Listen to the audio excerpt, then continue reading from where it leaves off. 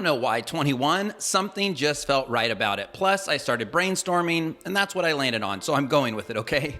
What's up, guys? Frankie here, and yes, I'm in a new place and space, and I am experimenting with microphones because this room has crazy echo. So let me know what you think so far, but most importantly, please do let me know if you have any recommendations for making this a great YouTube space, especially audio-wise. And should I paint that wall again? Same color, new color? I'm all ears. If you saw my last full-length video about leaving Seattle, you might be wondering where I moved to. Did I rent or buy, and why?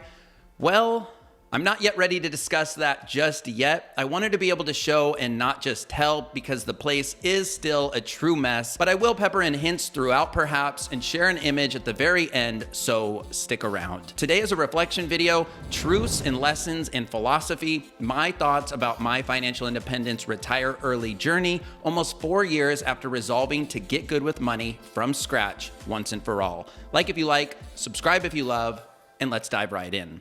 Number 1. Don't sweat the small stuff. Sure, cut out the daily latte, cook all your meals, and compare rates if you want. That's where I started, and it's great to build those good habits as a foundation, but too many people start and end there. Focus on the big wins instead, and that's what almost all these money truths are focused on today. Number 2, you can absolutely build wealth by renting if you do a few things really right. As I've shared transparently here, I increased my net worth by nearly $300,000 the last 4 years, starting at negative $85,000, all while renting in a big city in Seattle. Now that said, I've entered the world of home ownership and I'm pretty freaking excited about it and this new way to build equity and wealth. And of course, I'll share my thoughts and what I'm learning as a homeowner in 2022, I'm sure. 2022. Future years usually sound super weird at first, but that one sounds kind of nice. Number 3, when it comes to investing, patience is a shortcut. Investment return success happens gradually, then suddenly, and that's because of the power of compound interest. It's time in the market that matters most. The best time to plant a tree was 20 years ago. The second best time is today. So don't wait, get in, then wait. Don't obsess and waste your life tracking daily returns. Obsess over living your life daily instead. Number 4, speaking of investing, less is more. As I recently said on this underrated pieces of advice investing video, hard doesn't mean right and exotic doesn't work. People speculate far more often than they realize, so never do that. Instead, take the boring, slow growth approach. Be boring because boring works and everything else is a distraction. If you want to invest in individual companies or crypto or NFTs, do so only with money that you're willing to lose. Number 5, being good with money isn't about hoarding all your money. It's about spending it guilt-free. For a naturally frugal person, it's hard to spend money without feeling guilt. I get it. That's me too. But by getting financially educated, planning for the future, and achieving saving and investing goals, you can spend the best kind of money right now, the guilt-free kind. Number 6, it's important to admit your knowledge gaps when it comes to personal finance. I am not a financial know-it-all brainiac. I am a lifelong learner that sticks to his lanes and philosophy, which will grow and evolve, of course, as I learn. And remember, growth happens when you're outside of your comfort zone. Your biggest opportunities lie in conquering your biggest weaknesses. So admit what you don't know, get curious, and get learned up. This next truth is definitely related. Number 7, teaching yourself personal finance will pay off more than any college degree. I truly believe this. I'm thrilled that they are starting to teach personal finance in high schools across the country, but most of us didn't grow up with that education.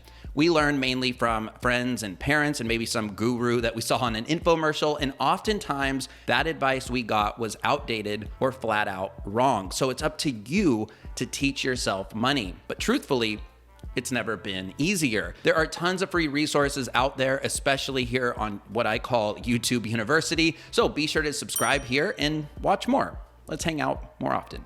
Number 8, increasing your savings rate is the fastest way to a pay raise. Now, this one should be pretty self-explanatory, but instead of griping about your pay, looking to work extra hours, or giving up time on weekends to start a new side hustle, focus instead on increasing that savings rate first. Number 9, speaking of savings rate, 50%, yes, half of your post-tax income should go towards investments as a goal.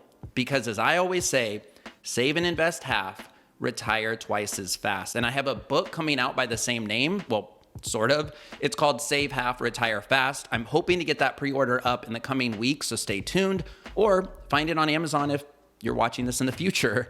Now, I realize 50% is extremely difficult and can sound overwhelming, but aim to increase your savings rate 5% each year as opposed to trying to do it all at once. Number 10, you need to diversify your income. Now, this one is a bit contrary to a previous truth, but it's critical that everybody aims to develop 3 or more streams of income as a goal, 1 or more of which should be passive income, because in order to achieve true wealth, you need to learn how to make money while you sleep. And don't forget, investing alone is diversifying your income and is a passive income stream in and of itself.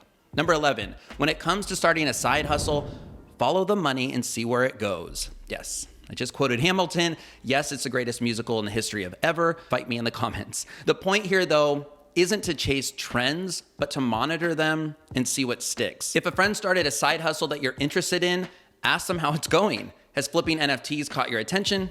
Do some research. A few years ago, actually, I was really interested in starting a dropshipping business because it was all the rage. But after some research, I knew it wasn't a good fit for me. And shortly after, I realized YouTube was the perfect fit. So I went in with realistic expectations after research, and I haven't looked back.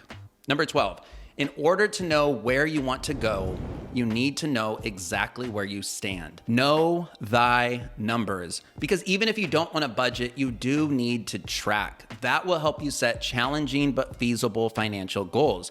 For me, that's finding out my net worth for free using Personal Capital, and they're actually a partner of the channel, so I'll be sure to drop my affiliate link in the description below if you want to build a handy net worth chart and track like this one. Number 13, more isn't more. It's critical you reflect on how much is enough. You can start this exercise by determining your financial independence number. The commonly accepted calculation for this in the FIRE community is 25 times your annual expenses. So let me ask you, do you know your annual expenses? If not, please refer back to the previous truth, know where you stand. That will help you identify your enough.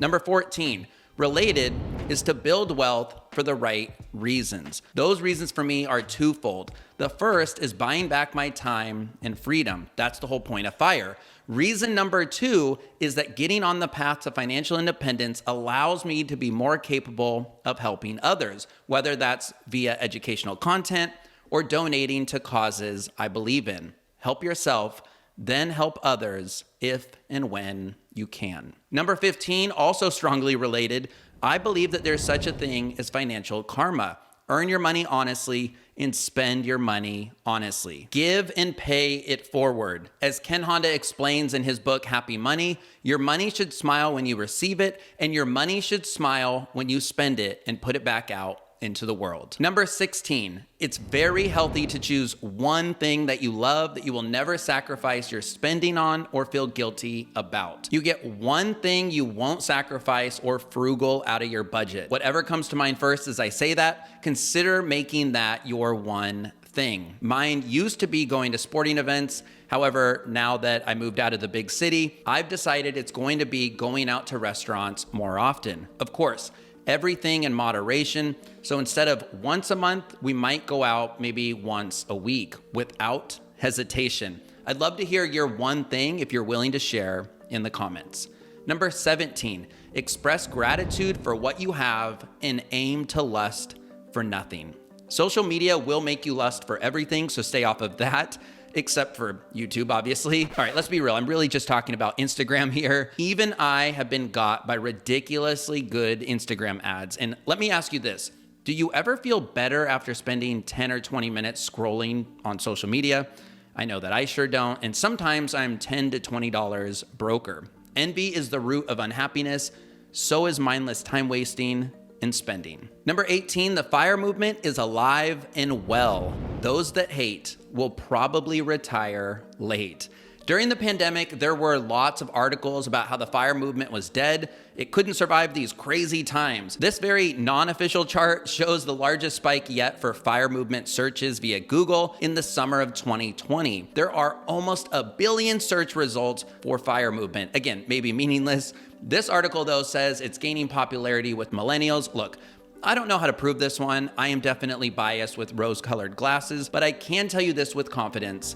The FIRE movement is not dead. Americans hit record high savings rates when the pandemic started, and maybe that experience has shown people what's possible, that living with less can actually be more. Number 19, you are in more control of your financial future than you probably realize. Seriously, it's really easy to make excuses and point fingers, blame the government, blame bad luck, blame the lack of education you received growing up around finances. Take responsibility instead and take action. You are in full control of your financial future, no matter where you live, how large your family is, or how much money you currently make.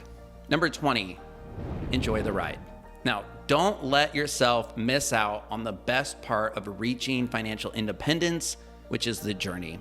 This right now is the best part. Think about this. You'll never be younger with more life to look forward to ahead of you than you have today. And sure, FIRE is all about delayed gratification, but it's also about being intentional with your time in the here and now. Living in the moment is a gift. That's why they call it the present. I don't quote Ted Lasso nearly enough, do I? Number 21, deciding to share my FIRE journey from the ugly beginning was the best financial decision I've ever made. Putting yourself out there holds you accountable. It has kept me showing up every day and twice a week here on YouTube, despite having a really crazy year personally.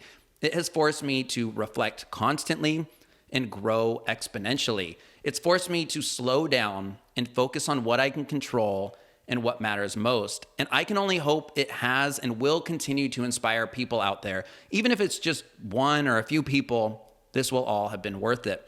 Don't be scared to share your journey or at least talk about personal finance with family and friends, or me down in the comments. I'm a great listener, but an even better talker. Seriously, this is my outlet for getting my chatting out to spare my wife. So it's like a win-win-win.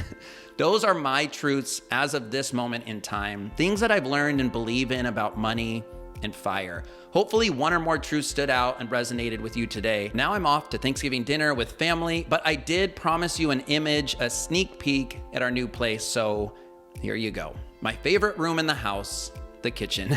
The kitchen of our dreams, really, and the major selling point as to why we moved here, wherever that is. And it's ironic because we plan to eat out more often, like I said. So subscribe to be in the know about where we ended up that isn't Seattle. I hope you had an amazing Thanksgiving. Like this video if I earned it. I would be thankful for that. I am thankful for you simply getting to the end and hanging out with me today. My name is Frankie, and I hope to see you in a few days on the next one. Echo, echo, echo. Seriously, I need help. Ooh, maybe I should go on YouTube University and figure out how to fix this audio. And let me know if you're pumped about this new YouTube studio either way. See ya.